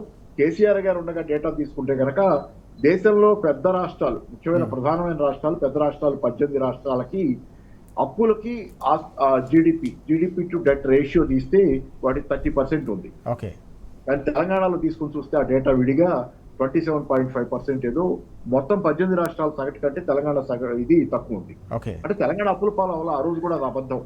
ఫస్ట్ అప్పులకు సంబంధించి లిస్ట్ తీస్తే కింద ఉన్న రాష్ట్రాలు ఆంధ్రప్రదేశ్ కానీ, తమిళనాడు, లేకపోతే పంజాబ్, దారుణాధారణంగా చాలా రాష్ట్రాలు ఫస్ట్ 10 స్టేట్స్ లోనే తెలంగాణ మెరుగైన స్టేట్స్ లో ఉంది దేశంలో పెద్ద రాష్ట్రాల్లో. అట్లాంటి దాన్ని పూర్తిగా అంటే తిమ్మిని బొమ్మింగ్ చేసి మసిపూసి మారేడుగా చేసి లేనిది ఉన్నట్లుగా అభూత కల్పనలు చేసి కేసీఆర్ గారి మీద రోజు ప్రచారం చేసి పరమ దుర్మార్గమైన దాడి ద్వారా అధికారంలోకి వచ్చినటువంటి ఒక రాక్షస దండు. ఓకే, రాక్షసులు దేవతలు వస్తారు కదా, నేను ఎవరిని దేవతలు మనుషులు ఏమని అట్లా పోల్చాను, కానీ ఏంటంటే దేవతలు అంటే దేవతలు నేను నమ్మపోయినా అది వేరే విషయం. రాక్షసులకి దేవతలు నచ్చడు, మంచివాడికి చెడ్డవాడు నచ్చడు, చెడ్డవాడికి మంచివాడు నచ్చడు. రేవంత్ రెడ్డి స్వభావం దృష్ట్యా కేసీఆర్ ఆయనకి నచ్చడు, స్వతహాగా ఆయన స్వభావం వేరు. స్వతహాగా ఏంటంటే ఇవన్నీ మనం తినాలి కదా, జనానికి ఇవ్వటం ఏంటంటే సంక్షేమ పథకాలు ఖర్చు పెట్టి చూద్దాం కదా, సంక్షేమానికి కానీ దీనికి కానీ సామాజిక అభివృద్ధికి కానీ మొత్తం సమాజంలో మానవ వనరుల దీనికి కానీ 38% ఆఫ్ ది బడ్జెట్ ఖర్చు పెట్టాడు, సుమారుగా 38-37% పైన. అది నచ్చదు వీళ్ళకి. అరే జనాలకి అలగా జనానికి ఈ రకంగా పంచిపెట్టడం అనే మనస్తత్వం వీళ్ళకి బయట మాట్లాడతారు, కానీ ఆ లోపల అదే ఉంటుంది వీళ్ళకి. వీళ్ళందరికీ అదే ఉంటది. అబానికి ఇవ్వాలి, ఆయన కాళ్ళ దగ్గర మనం కూర్చోవాలి తప్పితే ఈ జనానికి మంచిది ఏమొస్తుందని ఈ లెక్కన ఆలోచించే మనుషులు ఎక్కువ మంది ఇట్లాంటి వాళ్ళు ఉన్నారు. కాబట్టి ఆ రోజు కేసీఆర్ నచ్చల వీళ్ళకి దుష్ప్రచారం ఉన్నది కదా మీడియా అని చెప్పి ఇష్టానుసారం దందాలు చేసి ఇచ్చేసారు. ఈ రోజు వచ్చి తెలంగాణని పీక్కు తింటున్నారు. జనానికి ఇస్తున్నది ఏమీ లేదు, 6 గ్యారంటీలు ఇచ్చారు. 6 గ్యారంటీల్లో ఒక్క గ్యారంటీ ఆ ఉచిత బస్సు, అది కూడా బస్సులు లేవు, ఎక్కడానికి బస్సులు ఎన్ని ఉన్నాయి, తక్కువే ఉన్నాయి. ఈ రకంగా దగా చేసి తెలంగాణ దగా పడ్డ తెలంగాణ మళ్ళీ ఒకసారి దగా పడ్డది. ఆంధ్ర పాలకుల చేతిలో దగా పడుతుంది. అంత ముందంతా మాట్లాడుకున్నాం, తెలంగాణ తెచ్చుకోగలిగాం, కానీ ఈరోజు సొంత మనుషుల చేతిలో దగా పడుతున్నటువంటి పరిస్థితి. ఆంధ్ర పాలకులు అని చెప్పబడే చంద్రబాబు చేతిలో ఈరోజు బ్రోకర్ గా దళారీగా మారుతున్న వాళ్ళు చేస్తున్నటువంటి పనులు ఈ రోజు తెలంగాణలో ఎందుకు నేను ఖమ్మంలో చూడండి, ఖమ్మంలో ఎవరెవరి పేర్లు నిలబడుతున్నాయి, ఖమ్మంలో అక్కడ ఇల్లు కూల్చేసిన దానిలో భూదాన్ దీనిలో ఇల్లు కూర్చున్న దానిలో ఎవరి పేర్లు నిలబడుతున్నాయి, చంద్రబాబు మనుషుల పేర్లే వినపడుతున్నాయి, అందరి పేర్లు. అంటే ఇక్కడ ఏం జరుగుతుంది, తెలంగాణని కొల్లగొట్టడం కోసం దొంగల ముఠ ఆ రోజు వేచి కూర్చొని బొనజల్లి తెలంగాణ పాలకుల మీద, కేసీఆర్ మీద, వీళ్ళ మీద అధికారంలో కూర్చున్న తర్వాత వాళ్ళ విశ్వరూపం, ఇవాళ మూసి పక్కన కూల్చివేతల గురించి ఇవాళ ఆయన ఏదో పవర్ పాయింట్ ప్రజెంటేషన్ ఏదో ఇస్తా అంటే అక్కడ హోటల్ తాజ్ హోటల్లో పేదవాళ్ళ గుడిసెలు కూర్చున్నాడు, ఇక్కడ 5 స్టార్ హోటల్లో ఆయన ప్రజెంటేషన్ ఇస్తాయంట. అది కూర్చోమనండి అంటే ఇక్కడ తాజ్ హోటల్ అని చెప్తున్నా. అట్లాంటి పెద్ద పెద్ద భవంతులు కూర్చోమనండి. చాలా మంది ఇంకా అట్లాగే ఉన్నాయి కదా, నోటీసులు ఇచ్చి వాళ్ళది ఏం చేయకుండా. రంగనాథ్ గారు ఏం చేస్తున్నారో తెలియదు, నోటీసులు ఇస్తారు. పెద్ద పెద్ద వాళ్ళవి చెరువుల ఇది పక్కన ఉన్నా కానీ ఏం కావు, బాగానే ఉంటున్నాయి వాళ్ళకి. పేదవాళ్ళు ఎందుకు కోలుతున్నాయి? ఎస్, చాలా కీలకమైన అంశాలు మనం చూస్తా ఉన్నాం. పూర్తి స్థాయిలో ఆర్థిక వ్యవస్థ అంతా కూడా కుప్పకూలుతుందని చెప్పి పాపారావు గారు అలాగే రాకేష్ గారు కూడా తీవ్ర స్థాయిలో ఆగ్రహం వ్యక్తం చేస్తూ ఉన్నారు. 10 ఏళ్ల పాటు ఆర్థిక రంగంలో తెలంగాణను దేశానికి అగ్రగామిగా తీర్చిదిద్దారు కేసీఆర్ గారు. ఒక్కో ఇటుక పేర్చి వ్యవస్థల నిర్మాణం చేసి సంపదను, రాష్ట్ర సంపదను పెంచి పేదలకు సంక్షేమం రూపంలో పంచి అపూర్వమైన చారిత్రాత్మకమైన పథకాలు అమలు చేశారు. ఇప్పుడు ఆ పథకాలన్నీ కూడా నీరుగారిపోతూ ఉన్నాయి. గ్యారెంటీల మాట దేవుడెరుగు. కేసీఆర్ గారు అమలు చేసిన పథకాలు కూడా పూర్తిగా గండి కొడతా ఉన్నారనే ఆవేదన కూడా వ్యక్తమవుతోంది. దీంతో పాటు ఆర్థిక రంగం కుదేలు కావడం అనేది ప్రమాద గంటికలు మోగిస్తూ ఉంది. బడ్జెట్ సమావేశాలు రాబోతున్న నేపథ్యంలో ఈ మొత్తం గణాంకాలన్నీ కూడా తప్పకుండా వచ్చే అసెంబ్లీ సమావేశాల్లో పెద్ద ఎత్తున చర్చకు రాబోతున్న అంశం కూడా మనకు స్పష్టంగా కనిపిస్తూ ఉంది. రాకేష్ గారు, మరో ప్రధానమైన అంశం కూడా కనిపిస్తోంది. రాష్ట్రంలో అనేక వర్గాలన్నీ కూడా ఆందోళనలతో కదం తొక్కుతున్న సందర్భాన్ని మనం చూస్తున్నాం. అన్నిటికంటే ముఖ్యంగా ఆర్టీసీ, ప్రగతి రథచక్రాలుగా ఉండే ఆర్టీసీ ఇప్పుడు సమ్మె నోటీసు ఇచ్చేందుకు సిద్ధమవుతున్న సందర్భం. ఆర్టీసీ పోరుబాట అంటూ ఈ ప్రధానమైన వార్త కూడా మనకు కనిపిస్తోంది. 24న అన్ని డిపోల ముందు కూడా ధర్నాలు చేసేందుకు ఉద్యోగులు, కార్మికులంతా కూడా సిద్ధమవుతున్న పరిస్థితి. ఎట్లా చూడాలి? ఆర్టీసీ ఒకప్పుడు ఏకంగా అనేక రకాల కీలకమైన నిర్ణయాలు కేసీఆర్ గారు తీసుకున్న నేపథ్యంలో ఆదాయంలో కావచ్చు, అభివృద్ధిలో దూసుకెళ్లిన ఆర్టీసీ ఈరోజు పూర్తిగా కుదేలవుతున్న అంశాన్ని ఎట్లా అర్థం చేసుకోవాలి? ప్రధానంగా ఆర్టీసీని ఈరోజు దెబ్బతీస్తుంది ఏంటంటే, ఆర్టీసీకి అంటే వనరులు సృష్టించాలని చెప్పేసి ఆ రోజు కార్గో సిస్టమ్ను కేసీఆర్ గారు డెవలప్ చేయడం జరిగింది. కార్గో సిస్టమ్ ద్వారా ఏదైతే ఆదాయం వస్తుందో దాన్ని సబ్స్టిట్యూట్ చేసుకుంటూ కొంత ఆర్టీసీ నష్టాలను పూడ్చుకుంటూ ముందుకు పోవడం జరిగింది. ఈరోజు రాగానే ఏం చేశారు, మహిళలకు ఉచిత బస్సు అన్నారు. మహిళలకు ఉచిత బస్సు అంటే అన్నారు, మళ్ళీ పురుషులకు డబల్ చేశారు, ఆదాయం వస్తుంది. నెక్స్ట్ వచ్చేసి ఈరోజు కార్గోను కూడా ప్రైవేట్ సంస్థలకు కట్టబెట్టే ప్రయత్నం జరుగుతుంది. అండ్ నెక్స్ట్ వచ్చేసి ఇంకోటి ఏంటంటే, ఈరోజు మొత్తం ఆర్టీసీలో గతంలో ప్రభుత్వమే బస్సులు కొనుగోలు చేసేది. కేసీఆర్ గారి టైంలో బస్సులు కొనుగోలు చేసి పెడితే వీళ్ళు వచ్చిన తర్వాత రిబ్బన్ కట్ చేశారు. ఇప్పుడు ఏం చేస్తారు, మొత్తం ఎలక్ట్రిక్ బస్సులు అన్నీ కూడా ప్రైవేట్ వాళ్ళకి ఇచ్చేస్తారు. అంటే ప్రాఫిట్ మొత్తం ఇప్పుడు పెంచిన టికెట్ ధర పెంచినాం, అవన్నీ కూడా ఎలక్ట్రికల్ బస్సులు. ఆదాయం ఎవరికి పోతుంది? ప్రైవేట్ బస్సులకు పోతుంది. నేనేమంటున్నా అంటే మొత్తానికి మొత్తం కూడా ఆర్టీసీలో మెల్లమెల్లగా ప్రభుత్వ బస్సులను తీసేసి అది మొత్తం ప్రైవేటైజేషన్ చేద్దామని డిసైడ్ అయి ఉన్నాం. Okay, number 1. నెంబర్ 2 వచ్చేసి కేసీఆర్ గారు ఒక జీవో ఇచ్చారు గతంలో, ఆర్టీసీని ప్రభుత్వంలో విలీనం చేస్తూ వాళ్ళంతా కూడా ప్రభుత్వ ఉద్యోగులని డిక్లేర్ చేశారు. ఇప్పటి వరకు ఆ జీవోని ఇంప్లిమెంట్ చేయలేదండి. మీద కక్ష కట్టిండు, ఆర్టీసీని ఖతం చేద్దాం. ఎందుకు ఖతం చేద్దాం, ఆర్టీసీని ఎందుకు ఖతం చేయాలి? మనం మొన్న చూసినాం. ఏది మెట్రో ట్రైన్ రాష్ట్ర ప్రభుత్వం తీసుకుంటుందట, రాష్ట్ర ప్రభుత్వం ఇంతవరకు తీసుకోలే. మెట్రో ట్రైన్ తీసుకోవాలంటే ఎందుకంటే దాని కింద ఒక 300 ఎకరాలు అక్కడక్కడ కాంప్లెక్స్లు కట్టాలని చెప్పేసి కేటాయింపులు జరిగి ఉన్నాయి. ఆ భూమి ఎట్లా లాక్కోవాలి, వీళ్ళ అన్నదమ్ములకు ఎట్లా కట్టి పెట్టాలి, అన్నదమ్ములకు ఎట్లా కట్టి పెట్టాలి, అయిపోయింది. ఈరోజు ఆర్టీసీ కూడా మొత్తం రాష్ట్రం మొత్తంలో ఎన్ని డిపోలు అయితే ఉన్నాయో అన్ని డిపోలకు కూడా జాగులు ఉన్నాయి. ఆ డిపోలన్నీ కూడా ప్రైవేటైజేషన్ చేసారు అనుకోరి, ఖతమైపోతాయి. ఇప్పటికే ఆల్రెడీ దానికి మొత్తం కబ్జాపురం కొనసాగుతుంది. కాబట్టి దేనికైతే మూల ఆస్తులు ఉన్నాయో వాటన్నిటిని ఏం చేస్తారంటే క్రమక్రమంగా నిర్వీర్యం చేస్తూ వాటిని మొత్తం కూడా కబ్జా తీసుకోవాలనే ఒక పాలసీకి పోతున్నారు. కాబట్టి ఆర్టీసీ వాళ్ళు అడుగుతున్నది వాళ్ళు న్యాయమైన డిమాండ్. వాళ్ళు పిఆర్సీ అడగలే, వాళ్ళు జీతం పెంచమన్నారు. కేసీఆర్ గారు ఉన్నప్పుడు పిఆర్సీ 2 సార్లు పెంచిండు. మొత్తం 86% జీతాలు పెరిగినాయండి. ఫస్ట్ టైం 43% పెరిగింది, దాని మీద మళ్ళీ 43 మీద మళ్ళీ 30% పెంచారు. అంటే అందరు లెక్క ఏమేస్తారు, 43 + 30 73 అంటారు. 73 కాదు, 86%. ఎందుకంటే నేను కూడా గెస్టెడ్ ఆఫీసర్గా పనిచేసిన కదా, ప్రభుత్వ ఉద్యోగం పనిచేసిన. నా 143 రూపాయల మీద 30% పెరిగినప్పుడు నాది ఎంత 180 రూపాయలకు పోతుంది కదా. కాబట్టి నేనేమంటున్నా అంటే 86% పెరిగింది 10 ఏళ్ళ జీతాలు. ఈ రోజు పరిస్థితి ఏంటంటే జీతాలు రానటువంటి పరిస్థితి, ఎంప్లాయీస్ తీసుకోనటువంటి పరిస్థితి. 52,000 మంది ఎంప్లాయీస్ ఉన్నటువంటి ఆర్టీసీ రోజు 36,000 మంది ఎంప్లాయీస్కి పడిపోయింది. అంటే రిక్రూట్మెంట్ లేదు, బస్సులు కొంటలేరు, మొత్తం నష్టాలను చూపిస్తున్నారు. దానికి ఇవన్నిటి కారణభూతం ఏంటంటే ప్రభుత్వ సంస్థలన్నింటినీ నిర్వీర్యం చేయాలి, అవన్నీ ప్రైవేటైజేషన్ చేయాలి, అవన్నీ అమ్ముకోవాలి. వీళ్ళు ఒకటే పని పెట్టుకున్నారు కాంగ్రెస్ పార్టీ వాళ్ళు, ఢిల్లీకి కప్పం కట్టడానికి రాష్ట్రంలో ఉన్న అన్ని మొత్తం వనరులన్నీ కూడా అమ్మేస్తారు. మనం చూస్తున్నాం ఆల్రెడీ ఇక్కడ భూమి లేదు ఫార్మాసిటీలో, అంతేరాకు. అరే ఫార్మాసిటీ అంటే ఇండస్ట్రీ పెట్టాలండి. ఫార్మాసిటీలో ఫిలిం సిటీలకు ఇస్తా, అంతేరాకి ఇస్తా, ఇంకోళ్ళకి ఇస్తా, జూ పార్క్ ఫిలిం సిటీలకు ఇస్తే ఇండస్ట్రీ వస్తుందా? 50 మంది 100 మంది పనిచేయరు కదా అండి మనం కోరుకున్నది తెలంగాణలో. కాబట్టి నేనేమంటానంటే మొత్తం ఓన్లీ రియల్ ఎస్టేట్ దందా నడుస్తుంది ఈ రాష్ట్రంలో. అది స్వయంగా ముఖ్యమంత్రి గారు ముందుండి నడిపిస్తుంది. రాకేష్ గారు చెప్పినట్టు పాపారావు గారు మాటున్న పూర్తిగా రాష్ట్ర వ్యవస్థ అంతా కూడా నడుస్తుందనే అంశాన్ని మనం చూస్తా ఉన్నాం. ఇక్కడ ఆర్టీసీ వాస్తవానికి ప్రజా రవాణా వ్యవస్థలో అత్యంత కీలకమైనది. ఆర్టీసీ పేద మధ్యతరగతి ప్రజలకున్న ఏకైక రవాణా వ్యవస్థ.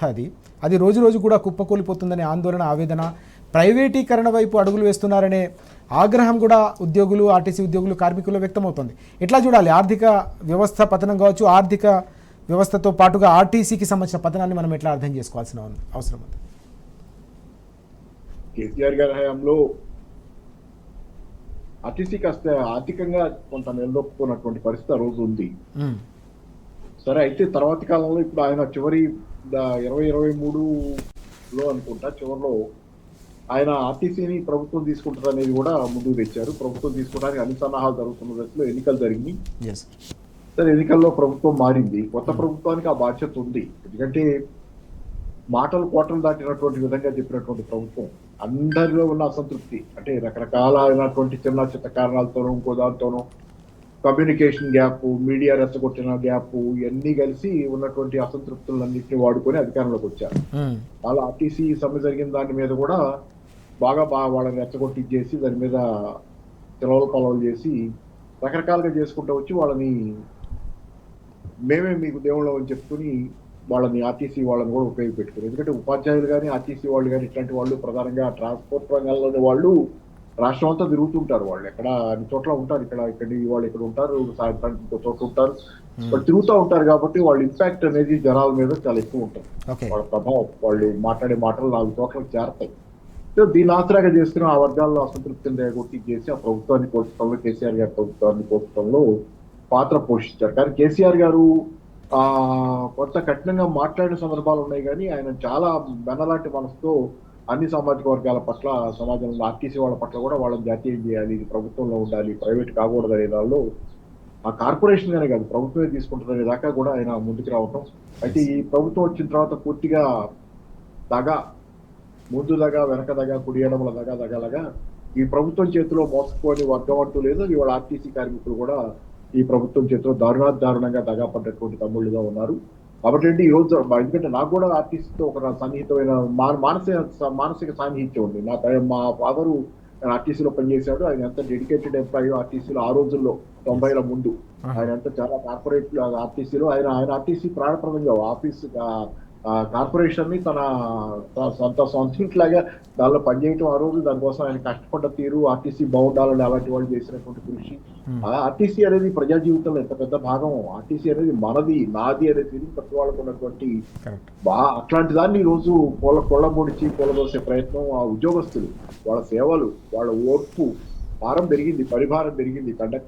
కండక్టర్లను తీసేసి డ్రైవర్లనే కండక్టర్లుగా వాడుతున్న కాలం, ఎన్ని తప్పనిసరి స్థితులు ఇట్లాంటి ఒత్తిడి తెచ్చి ఇంత చేసి ఇంత భారం కింద కూడా ఆర్టీసీ కార్మికులు క్షేమంగా ప్రయాణికులు చేర్చడంలో కానీ వాళ్ళు పడుతున్న కష్టం, అసాధారణమైన స్థాయిలో వాళ్ళు చేస్తున్నటువంటి కృషి, దాన్ని అంతా కూడా అంటే దయాదాక్షిణ్యాలు లేని, కష్టపడే వాళ్ళ పట్ల ఒక అభిమానం లేని ఒక మనోస్థితి నుంచి వస్తున్నటువంటి రియల్ ఎస్టేట్ ఈజీ మనీ, అంటే రియల్ ఎస్టేట్ అంతటినీ అది రేవంత్ రెడ్డి మనస్తత్వం, ఈజీ మనీ మనస్తత్వం నుంచి ప్రతి చోట ప్రతిదాన్ని వాడుకొని వదిలేసే మనస్తత్వం, ఒక క్రూరమైన ధోరణి నుంచే ఈ రోజు ఆర్టీసీ కార్మికుల మీద ఇంత దాడి జరుగుతుంది.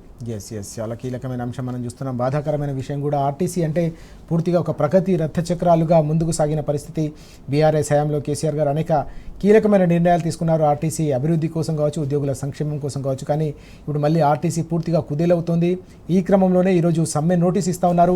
గతంలో సకల జనుల సమ్మెతో ఏకంగా తెలంగాణ రాష్ట్ర సాధనలో అత్యంత కీలక పాత్ర పోషించిన ఆర్టీసీ కార్మికులు, ఉద్యోగులంతా కూడా మరోసారి ఉద్యమంలో మరోసారి ఆందోళనకు పిలుపునివ్వడం, ఆందోళన కార్యక్రమాల్లో కథం తొక్కడం అనేది అత్యంత కీలకమైన అంశం అని చెప్పి పాపారావు గారు అలాగే రాకేష్ గారు కూడా చెప్తున్న సందర్భం. తప్పకుండా రాష్ట్ర ప్రభుత్వం వీరి సమస్యలను పరిష్కరించాలని డిమాండ్ చేస్తున్న పరిస్థితి కూడా మనకు కనిపిస్తూ ఉంది. రాకేష్ గారు, చాలా కీలకమైన అంశం మనం చూస్తున్నాం, బాధాకరమైన అంశం కూడా, ఇంతమంది మీరు ప్రస్తావించారు కూడా.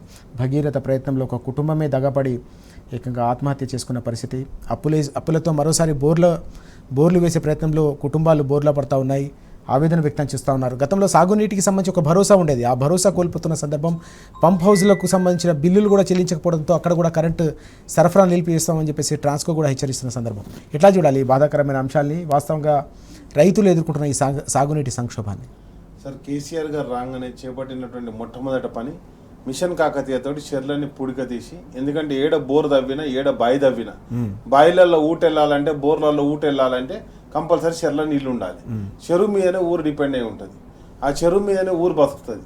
ఎందుకంటే తెలంగాణ అంతా కూడా నదీ పరివాహక ప్రాంతంలో వెలిసినటువంటి ఊర్లు కావు. ఏడ చెరువు ఉంటే ఆడ ఊరు వంగిచ్చారు, ఆడ ఊరు ఉండే. కానీ ఇక్కడ ఏమైంది, ఎప్పుడైతే గ్రౌండ్ వాటర్ లేవో వాళ్ళు బోర్లు వేసినా కానీ బోర్లు పడనటువంటి పరిస్థితి. గ్రౌండ్ వాటర్ లేనప్పుడు బోర్లు లేనప్పుడు అది ఏమవుతుంది, ఆత్మహత్య కాడికి వచ్చింది. ఇగో జంగమ్మను, పెద్ద కూతురు జ్యోతి, చిన్న కూతురు శైలజ, ముగ్గురు కూడా వాళ్ళు ఆత్మహత్య చేసుకున్నటువంటి పరిస్థితి. ఎక్కడ జరిగింది అంటే, ఇప్పుడు వాళ్ళకి ఎందుకు అప్పయింది మీకు చూసినాం. కేసీఆర్ గారు ప్రతిసారి చెప్పేటోళ్ళు మహబూబ్నగర్లో జరిగింది, కానీ బోర్ల రామరెడ్డి అని ఆయన బోర్లు వేసి బోర్ల పడ్డాడు, ఉన్న భూమి అంతా బోర్లు వేసుకోనికి అమ్ముడు పోయిందని చెప్పారు. ఈరోజు ఈ కుటుంబం పరిస్థితి కూడా ఏంది, బోర్లు వేసి ఎందుకు అప్పులైనాయి అంటే బోర్లు వేసి. బోర్ ఎందుకు పడతలేదు, భూమిలో నీళ్లు ఉంటాయి కదా బోర్ పడేది, ఆ నీళ్లు లేవు. నేనేమంటానంటే, ఇప్పుడు కాళేశ్వరం ప్రాజెక్ట్ వచ్చినప్పుడు మేము ఒకటే చెప్తున్నాం, మా చెర్లలో నీళ్ళు ఉన్నప్పుడు పాడుపడ్డ బాయిలలో మా పెద్దపల్లి ప్రాంతం ఫస్ట్ ఏదైతే కాళేశ్వరం నీళ్ళు ఎత్తిపోసినప్పుడు మాకు కూడా వచ్చినాయి కదా, వచ్చినప్పుడు మా పెద్దపల్లి జిల్లా మొత్తం గ్రౌండ్ వాటర్ లెవెల్ అద్భుతంగా పెరిగింది. ఎంత పెరిగిందంటే ఎండాకాలం కూడా నీళ్లు పొంగిపోరేటి. కానీ ఈ రోజు ఏమైంది, మొత్తం చెర్లు నింపుడు బంద్ చేశారు. ఇదొక దిక్కైతే, అంటే ఎక్కడికక్కడ చూడుది. కేసీఆర్ గారు ఉన్నప్పుడు చెర్లు నింపాలే, ఒక మానవీయ కోణం. మొత్తం ఒక గవర్నమెంట్ దవాఖానలు కాదు, మెడికల్ కాలేజీలు పెట్టి ఎక్కడికక్కడ ట్రీట్మెంట్ అందించిండు. ఈరోజు స్వయంగా చీఫ్ విప్పు నిండు గర్భిణిని వేములవాడలో దవాఖానకి బయటికి గంటేశారు. లేరు, మా దగ్గర స్టాఫ్ లేరు, చూసుకో లేరు పోరే అని చెప్పేసి రాత్రి పంపించారు. అంటే నేనేమంటా, ఆయన చీఫ్ క్యాబినెట్ ర్యాంకు. ఇంకో దిక్కేంది, ఇది కరెంట్ కడతలేరు అని చెప్పేసి మొత్తం కూడా బోర్ అంటే చెర్లు నింపాల్సినటువంటి మోటార్లు ఏవైతే ఉన్నాయో వాటన్నిటి మోటార్లకు కరెంట్ బంద్ చేసిర్రు. ఆ కరెంట్ బిల్లు కడతలేరు. కరెంట్ మంత్రి ఆయన్నే మళ్ళీ అదే ఏది ఆర్థిక శాఖ మంత్రి ఆయన్ని ఎవరు బట్టి విక్రమార్క గారు. మనం ఒక 4,000 కోట్ల రూపాయలు కరెంట్ బిల్ కడితే వాళ్ళు నీకు కరెంట్ ఇస్తారు, మోటార్లు నడితే, చెరువులు నిండుతాయి, బోర్లలో నీళ్ళు వెళ్తాయి, బాయిలలో నీళ్ళు వెళ్తాయి. మరి ఎందుకు ఇస్తలేవు? పాపారావు గారు, ఇదంతా కూడా కంప్లీట్ గా ఒక ప్రజా సంక్షేమాన్ని విస్మరించడమే స్పష్టంగా కనిపిస్తుంది. పాపారావు గారు, చివరిగా క్లుప్తంగా ఏం చెప్తారు? ఈ బాధాకరమైన సంఘటన ఎట్లా చూడాలి? బోర్లు పడక ఏకంగా కుటుంబం ఆర్థికంగా చితికిపోవడమే కాకుండా ఏకంగా భార్య పిల్లలు ఆత్మహత్యలు చేసుకున్న దయనీయమైన పరిస్థితి. సాగునీటి భరోసా రోజు రోజు కూడా తగ్గిపోతుంది, భూగర్భ జలాలు కూడా పడిపోతున్న దారుణమైన పరిస్థితిని తెలంగాణలో ఎట్లా అర్థం చేసుకోవాలి? అంటే దీన్ని ఒకసారి వెనక్కి పోయి చూస్తే కేసీఆర్ గారి హయాంలో రైతుల ఆత్మహత్యలు ఎలా తగ్గినాయి అనేది 2023 నాటికి 1,200 దాకా ఉన్నాయి. ఎప్పుడు 2014-15 అనుకుంటాను, ఆ డేటా ఎగ్జాక్ట్ గా కాదు కానీ దరిదాపు అదే. ఓకే, రైతు ఆత్మహత్యలు ఆ సంవత్సరం 1,200 దాకా జరిగింది. అలాంటిది 2023 నాటికి 90% పైన తగ్గిపోయింది. రైతు 95%, 92% దాకా రైతు ఆత్మహత్యలు తగ్గిపోయింది గారి టీఆర్ఎస్ పాలనలో. 47 మాత్రమే ఆత్మహత్యలు ఆ రోజు 23 నాటికి, 2000 సుమారుగా 50 లోపు 47 అట్లా. అది మళ్ళీ ఈ 2 సంవత్సరాల కాలంలో సుమారుగా మొత్తంగా ఈ మొత్తం ఈ పీరియడ్ లో 700 దాకా రైతు ఆత్మహత్యలు జరిగింది అనేది కొంచెం 2-3 నెలల క్రితం డేటా. ఇంకా తర్వాత కాలంలో కూడా చాలా మంది చనిపోయారు. అంటే రైతు ఆత్మహత్యలు మీకు ఇండికేటర్ ఏం జరుగుతుంది గ్రౌండ్ లెవెల్లో, రైతాంగం పరిస్థితి ఎలా ఉందనేది. మళ్ళీ ఆ ఆత్మహత్యలు పెరుగుతున్నాయి. కేసీఆర్ గారి పరిపాలన పోయి రేవంత్ రెడ్డి పరిపాలన వచ్చిన తర్వాత నేను చెప్తున్న డేటా కాదు ఇది, నేషనల్ క్రైమ్ రికార్డ్స్ బ్యూరో. ఎవరైనా ఆత్మహత్యల డేటా కావాలంటే MCMR డేటా మీదే, NCR national crime records NCRB దాని డేటా మీదే ఆధారపడతారు. ఆ డేటా చెప్పింది ఫస్ట్ లో తెలంగాణ వచ్చిన కొత్తలో 1,200 సంవత్సరానికి ఆత్మహత్యలు, దాన్ని 47కి 92% పైన ఏదో తగ్గించగలిగారు కేసీఆర్ గారు. అట్లాంటిది ఈ రోజు మళ్ళీ 700 దాకా ఆత్మహత్యలు జరిగి 2 సంవత్సరాల కాలంలో. అంటే ఎట్లా ఉంది పరిపాలన అనడానికి ఒక చిన్న మచ్చుతొరక ఒక ఇది. అదే కాదు, ఆటో డ్రైవర్లు ఆత్మహత్య చేసుకుంటున్నారు, పిల్లలు ఉద్యోగాలు లేక ఆత్మహత్య చేసుకుంటున్నారు. అంటే తెలంగాణ ఉద్యమం మళ్ళీ ఒక ఉద్యమం తెలంగాణలో అవసరమైనటువంటి పరిస్థితి. కాకపోతే ఏంటంటే ప్రత్యేక తెలంగాణ కోసం కాకపోవచ్చు కానీ తెలంగాణ అస్తిత్వాన్ని కాపాడుకోవడానికి, సాధించినటువంటి విజయాల్ని కాపాడుకోవడానికి మళ్ళీ ఈ రోజు పెద్ద ఎత్తున ఉద్యమం జరగాల్సిన అవసరం తెలంగాణలో కనపడుతుంది. అది జరుగుతుంది కూడా. ఈ రోజు ఆర్టీసీ కార్మికులు చేస్తున్న ఉద్యమంగా చేయబోతారు ఇది కానీ, అలాగే నిరుద్యోగ మార్చ్ అనేది మళ్ళీ ఒక పెద్ద ఎత్తున జరుగుతుండటం కానీ, ఇట్లా అన్ని వర్గాలు, అన్ని సామాజిక వర్గాలు, రైతాంగంతో సహా ప్రతి చోట మళ్ళీ కదులుతున్నారు. ఒక రకమైనటువంటి తెలంగాణ ఉద్యమ వాతావరణం, తెలంగాణ అస్తిత్వాన్ని కాపాడుకునేది, తెలంగాణ పోరాట విజయాలను ఏదైతే సాధించిందో విజయాలు వాటన్నింటినీ కాపాడుకోవడం కోసం ఈ రోజు ప్రజలు చాలా పెద్ద ఎత్తున కదులుతున్నారు. దానికి నాయకత్వం ఖచ్చితంగా టీఆర్ఎస్ పార్టీ. ఇప్పుడు ఖమ్మంలో ఇల్లు కూర్చున్నా చాలా మంది పోరాటారు, ఇండిపెండెంట్ జర్నలిస్టుల గురించి. కానీ కేటీఆర్ గారు దానిలో పోషించిన కీలక పాత్ర వాళ్ళకి మళ్ళీ ఇల్లు ఇప్పించడం కోసం, ఆయన చేసినటువంటి అక్కడ ఇల్లు కట్టించడం కోసం. దాని మీద మళ్ళీ దగా చేయాలని చూస్తున్నారని వాళ్ళ వార్త వచ్చింది. కానీ పోరాటం అయితే ఆగదు. టీఆర్ఎస్ పోరాడుతూనే ఉంది, పోరాడే పార్టీగానే అది ఉంది. ఈ రోజుకి ఉద్యమ పార్టీ, ఆ రోజు ఉద్యమ పార్టీ, ఈ రోజు ఉద్యమ ఫలాల్ని కాపాడుకునే పార్టీగా అస్తిత్వ పోరాటంలో తెలంగాణలో టీఆర్ఎస్ పార్టీ నెంబర్ 1 అగ్రగామిగా ఉంది అనేది నిజం. కాబట్టి నేను చెప్పేది ఒకటి, నా అప్పీల్ ఒకటి, పొరపాటు పడి గతంలో ఏదైనా ప్రచారం అలలో కొట్టుకుపోయి టీఆర్ఎస్ కి, కేసీఆర్ గారికి వ్యతిరేకంగా చేసిన వాళ్ళు, పనిచేసిన వాళ్ళు, ఆలోచించిన వాళ్ళు జెన్యూన్ గా నిజాయితీ ఉంటే ఈ రోజు ఎవరు నిలబడుతున్నారు, ఎవరేం చేశారనేది మన కళ్ళ ముందు 90mm లో కనపడుతున్నారు. ఏం జరిగింది తెలంగాణలో, మనకి ఏం దగా చేశారు, మనల్ని మసిపూసి మారేడికాయ చేసి టీఆర్ఎస్ ఎలా దాని ప్రతిష్ట దిగదార్చడానికి ఎలా జరిగింది తెలుసు. కాబట్టి ప్రెస్టేజియల్ క్వశ్చన్ కాదు. ఈ రోజు తెలంగాణలో ఉన్నటువంటి అందరూ తెలంగాణ అస్తిత్వ పోరాటంలో టీఆర్ఎస్ తో కూడా కలిసి ప్రయాణం చేయాల్సిన, నేను కూడా టీఆర్ఎస్ కాదు అయినా కానీ ఏంటంటే టీఆర్ఎస్ అనేది కాపాడుకుంటేనే తెలంగాణకి ఈ రోజు రక్షణ. కాబట్టి అందరూ ఇండిపెండెంట్ గా ఉండే మేధావులు, జర్నలిస్టులు అందరూ కూడా ఎవరైతే తెలంగాణ బాగా కోరుకుంటారో వాళ్ళంతా కలిసి ప్రయాణం చేసే సమయం ఇదే, అవసరమైన కాలం కూడా ఉంది. ప్రజలు కదులుతున్నారు, మీరు కలుస్తారా లేదా అనేది మాత్రమే ప్రశ్నించారు. ఒకటే అంట, మొన్న ఆకునూరి మురళి అనేటువంటి ఒక ఏదైతే ఎడ్యుకేషన్ కమిషన్ చైర్పర్సన్ ఉన్నాయన టీచర్లకు జీతాలు ఎక్కువనే అన్నాడు. ఈ రోజు అంజయ్ అనే ఒక టీచర్, పెద్దపల్లి జిల్లా టీచరు, ఆయన పెట్టి EHS నాకు ఏదైతే ఉన్నా ఎంప్లాయిడ్ హెల్త్ స్కీమ్ అనేది ఇంప్లిమెంట్ చేయండి, నాకు క్యాన్సర్ వచ్చిందని. మరి దాని గురించి ఎందుకో మాట్లాడు, వాళ్ళ హెల్త్ గురించి ఎందుకో మాట్లాడు, వాళ్ళ బిల్లుల గురించి ఎందుకో మాట్లాడు. జీతాలు ఎక్కువనే అవన్నీ రద్దు చేయాలని చెప్తాడు వాళ్ళు. కాబట్టి ఇట్లాంటి వాళ్ళని మేధావులని చెప్పేసి మనం అనుకోవడం మన దురదృష్టం, మన దౌర్భాగ్యం అండి. చాలా బాధాకరమైన విషయాలు మనం చూస్తా ఉన్నాం. ఒక కుటుంబం ఏకంగా బోర్ల పడ్డ పరిస్థితి, బోరు కోసం ఏకంగా ఆర్థికంగా చితికిపోయి ఆ కుటుంబంలోని భార్య పిల్లలు ఆత్మహత్య చేసుకున్న దయనీయమైన సంఘటన తెలంగాణ వ్యాప్తంగా ప్రతి ఒక్కరిని కూడా తీవ్ర స్థాయిలో కలచివేస్తోంది. తెలంగాణలోని అనేక ప్రాంతాల్లో కూడా మళ్ళీ ఆత్మహత్యల పరంపర ప్రారంభం కావడం అనేది ప్రమాద ఘంటికలు ముగిస్తుండడానికి ఒక సంకేతంగా భావిస్తున్నారు పాపారావు గారు, అలాగే రాకేష్ గారు కూడా అదే అంశాలు చెప్తున్న సందర్భాన్ని మనం చూస్తున్నాం. మొత్తం మీద ఈ మొత్తం వ్యవస్థను కాపాడుకోవాలంటే తప్పకుండా మరో ఉద్యమం రావాల్సిన అవసరం ఉందనే అంశాన్ని కూడా ప్రస్తావిస్తున్న పరిస్థితి మనం చూస్తా ఉన్నాం. Thank you very much Rakesh గారు, అలాగే పాపారావు గారు చర్చలో పాల్గొన్నందుకు థ్యాంక్ యూ. ఇది వాటి వార్తలు వాస్తవాలు. నమస్తే.